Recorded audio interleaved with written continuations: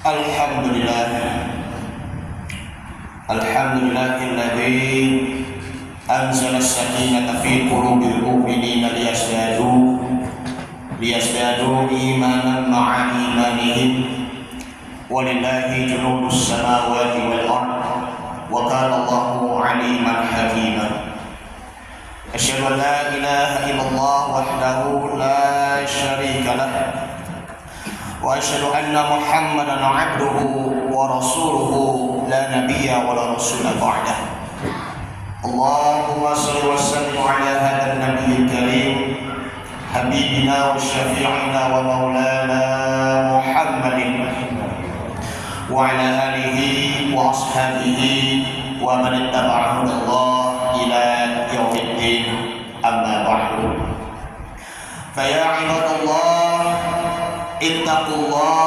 ittaqullaha haqqa tuqatih wa la tamutunna illa wa antum muslimun. Qala Allah ta'ala fi kitabil karim wa huwa asdaqul qailin. A'udzu billahi minasyaitonir rajim. Bismillahirrahmanirrahim. Alladzina amanu wa tatma'innu qulubuhum bi dzikrillah. Ala bi dzikrillah tatma'innul qulub. Shadaqallahul adzim. Ma'asyiral muslimin wa syuhadatul mu'minin, jamaah salat Jumat Masjid Nurul Yakin rahimahumullah. Alhamdulillah, kita panjatkan puja dan puji syukur kehadirat Allah Subhanahu wa taala. Allah masih saja memberikan curahan nikmat kepada kita semuanya, baik itu nikmat iman, nikmat Islam maupun nikmat sehat walafiat. Salawat dan salam marilah kita haturkan kepada suri tauladan kita Nabi Muhammad sallallahu alaihi wasallam beserta keluarganya, para sahabatnya, dan tentunya juga kepada para pengikutnya, sehingga kita akan mendapatkan syafaatnya di hari kiamat. Amin ya rabbal alamin. Ma'asyiral muslimin wa syuhadatul mu'minin rahimakumullah. Izinkan Al-Fakir Khotib akan menyampaikan wasiat untuk diberikan kepada khotib dan umumnya kepada para jamaah. Mari sama-sama kita menetapkan keimanan kita dan ketakwaan kita kepada Allah Subhanahu wa taala, serta kita selalu menjalankan perintah Allah dan menjauhi segala larangan-larangannya.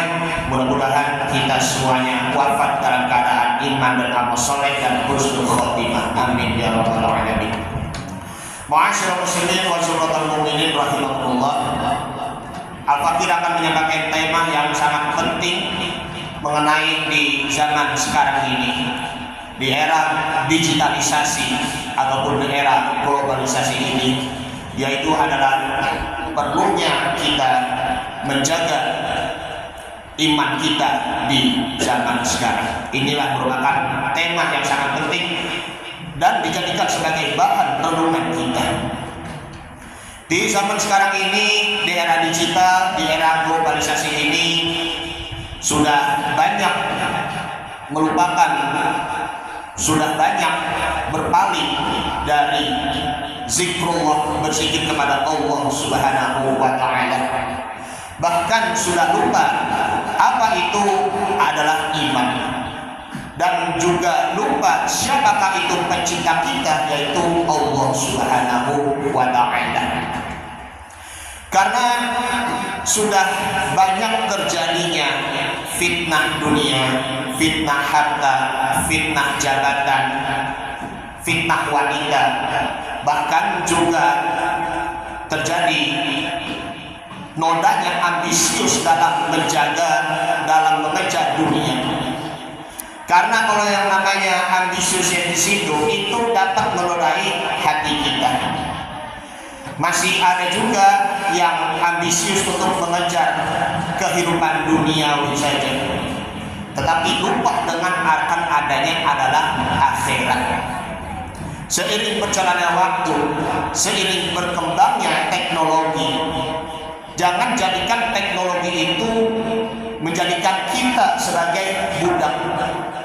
Jangan jadikan HP Android ataupun smartphone dijadikan sebagai berhala kita, sehingga kita lupa dengan waktunya sholat, lupa dengan waktunya membaca Al-Quran, dan juga lupa dengan sesama kaum muslimin wal muslimat sehingga tidak ada rasa peduli kepada sesamanya. Na'udzubillah min dzalik.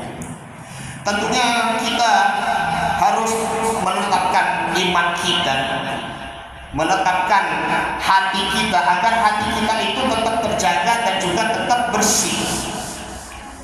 Yang namanya hati di sini kalau di dalam definisi yang menurut para ulama adalah yakni lal insanu la sumiyal insanu illa nasihi, tidak dinamakan manusia kecuali yang manusia itu pada dasarnya lupa seperti kita.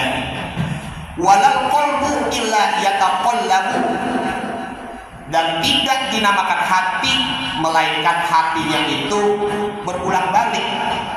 Karena sabda Nabi Muhammad SAW, hadis yang diriwayatkan oleh Imam Ahmad bahwa innama sumiyal qalbu miyataqallabi, artinya adalah orang yang menamakan, yaitu adalah hati. Yang namanya hati di sini adalah berulang balik. Karena kalau hati kita berulang balik di situ, kita condongnya kemana? Apakah itu condong kepada ketaatan ataupun condong kepada kemaksiatan? Wa innamal qalbu, sesungguhnya hati itu karena sadi, sebagaimana yaitu adalah riqtashin, sebagai sebuah rambut, yaitu adalah di pohon. Sekarang rambut yang ada di pohon, maka itu ya terombang-ambing dengan angin. Jadi itu hati kita itu memang diibaratkan sebagai sehelai rambut diombang-ambing dengan angin seperti sehelai rambut. Oleh karena itu, bagaimana caranya kita menetapkan iman kita agar senantiasa kita beriman kepada Allah Subhanahu wa taala?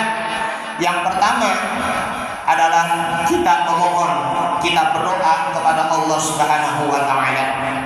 Rasul SAW mengajarkan doanya kepada umatnya, bahkan kita, ya muqallibal qulub sabbit qalbi ala dinik, wahai zat yang membolak-balikan hati, tetapkanlah hatiku ataupun hati kami kepada agamamu.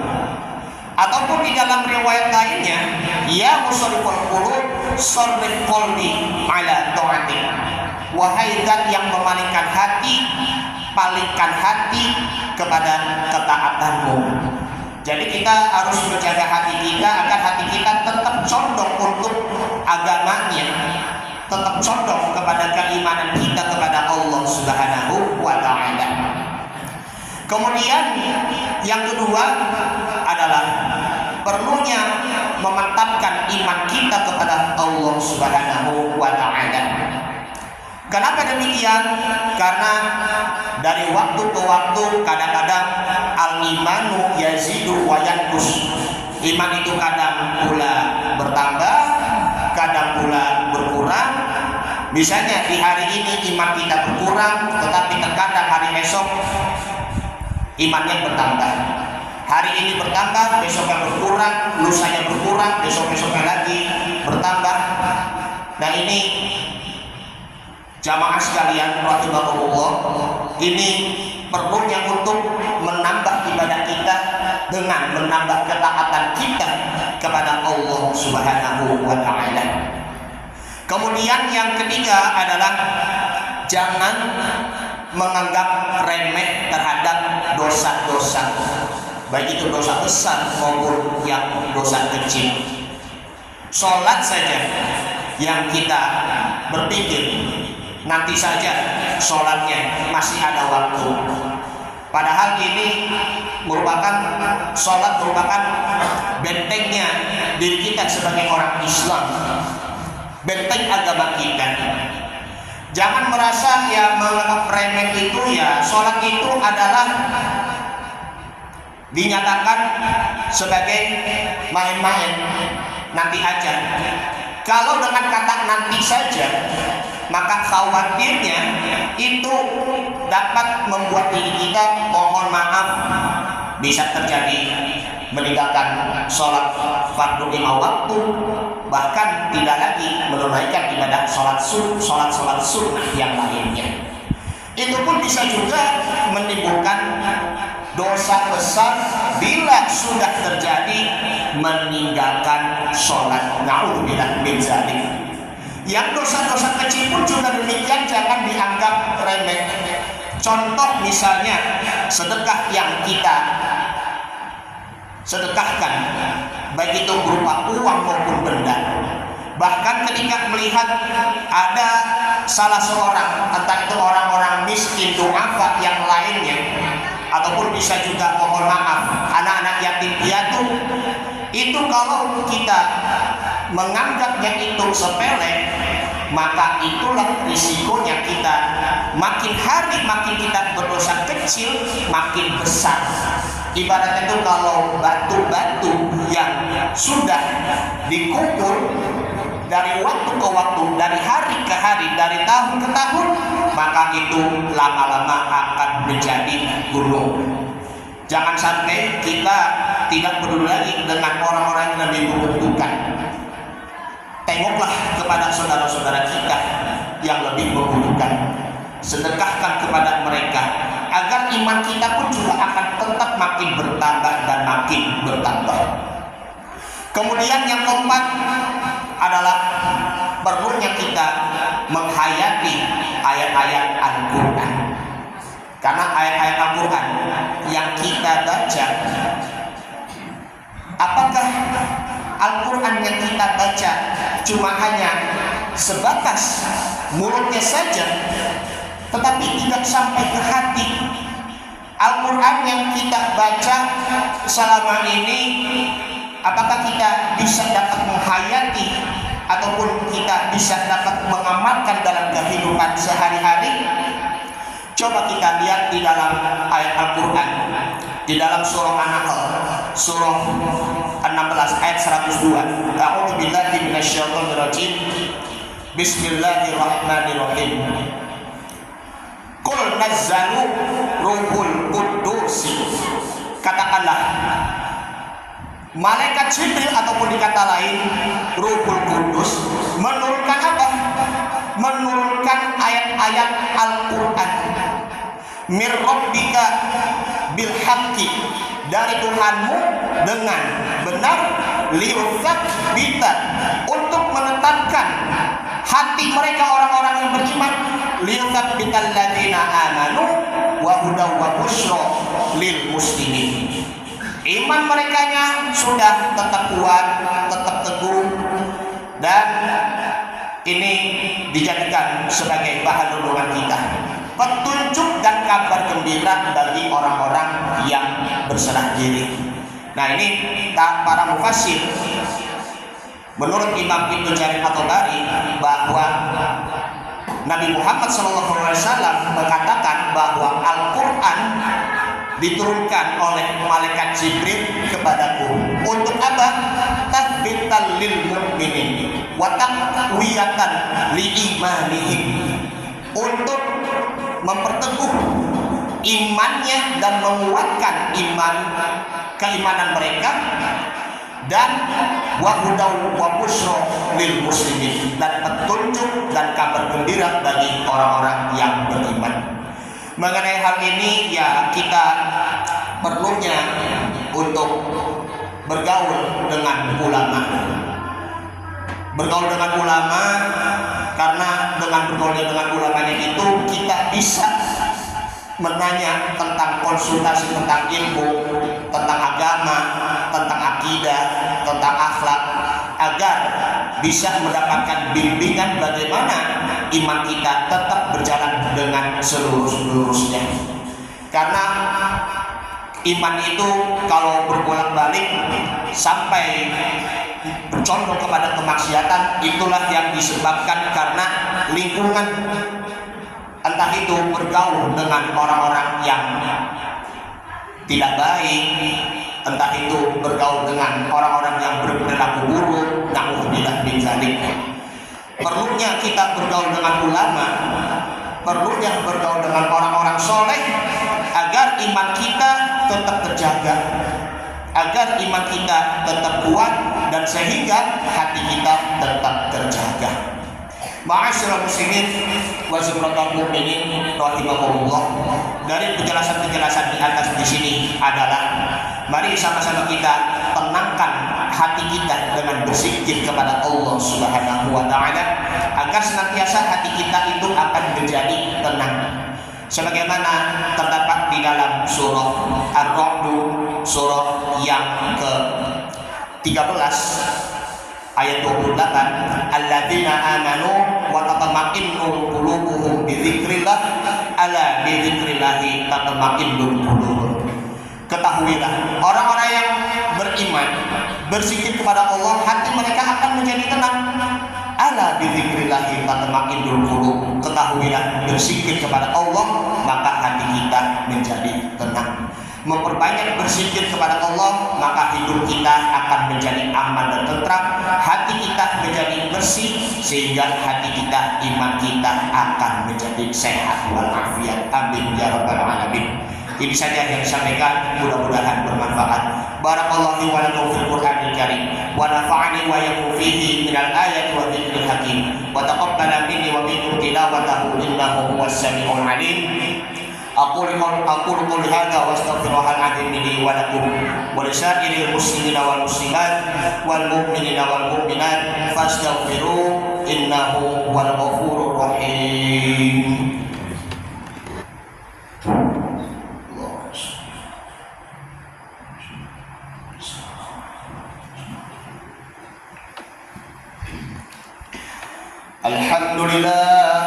Alhamdulillahilladzi amarna bil ittihadi wal ihtisami bi hablillahil matin. Asyhadu an la ilaha illallah wahdahu la syarika lah. Iyyahu na'budu wa iyyahu nasta'in. Wa asyhadu anna Muhammadan 'abduhu wa rasuluhu al-mab'uts rahmatan lil 'alamin. Allahumma shalli wa sallim ala hadzal nabiyil karim habibina wa syafi'ina wa maulana Muhammad sallallahu alaihi wasallam wa ala alihi wa sahbihi ajma'in. Amma ba'du fa ya ibadallah ittaqullah mastata'tum wasari'u ila maghfirati rabbil alamin. Wa'lamu anna Allah ta'ala amarakum bada'a fihi bi nafsihi wa thanna bi malaikati musabbihati bi qudsi wa qala ta'ala inna Allah wa malaikatahu yusalluna 'alan nabi ya ayyuhalladzina amanu sallu 'alaihi wa sallimu taslima. Allahumma salli 'ala Muhammad wa 'ala ali Muhammad kama shallaita 'ala Ibrahim wa 'ala ali Ibrahim wa barik 'ala Muhammad wa 'ala ali Muhammad kama barakta 'ala Ibrahim wa 'ala ali Ibrahim innaka Hamidum Majid. Warḍallahu 'ala arba'atil khulafa'ir rasyidin Abi Bakr wa Umar wa Utsman wa Ali wa 'ala baqiyati sahabati wat tabi'in wat tabi'in tabi'in wa man tabi'ahum bi ihsan ila yaumiddin wa 'alaina ma'ahum bi rahmatika ya arhamar rahimin. Allahumma ighfir lil mu'minina wal mu'minat wal muslimina wal muslimat al ahya'i minhum wal amwat innaka sami'un qaribun mujibud da'wat wa ya qadiyal hajat ya muqallibal qulub tsabbit qulubana 'ala dinik ya musarrifal qulub sarrif qulubana 'ala ta'atik rabbana la tuzigh qulubana ba'da idh hadaytana wa hab lana min ladunka rahmah innaka antal wahhab. Rabbana ighfir lana dhunubana wa liwalidina warhamhum kama rabbawna shighara. Rabbana atina fid dunya hasanah wa fil akhirati hasanatan wa qina adzabannar. Ibadallah inna Allah ya'muru bil 'adli wal ihsan wa ita'i dzil qurba wa yanha 'anil fahsya'i wal munkar wal baghi ya'idzukum la'allakum tadhakkarun. Fadhkurullahal 'azim yadhkurkum washkuruhu 'ala ni'amihi yazidkum wad'uuhu yastajib lakum wa la dzikrullahi akbar. Aqimis shalah.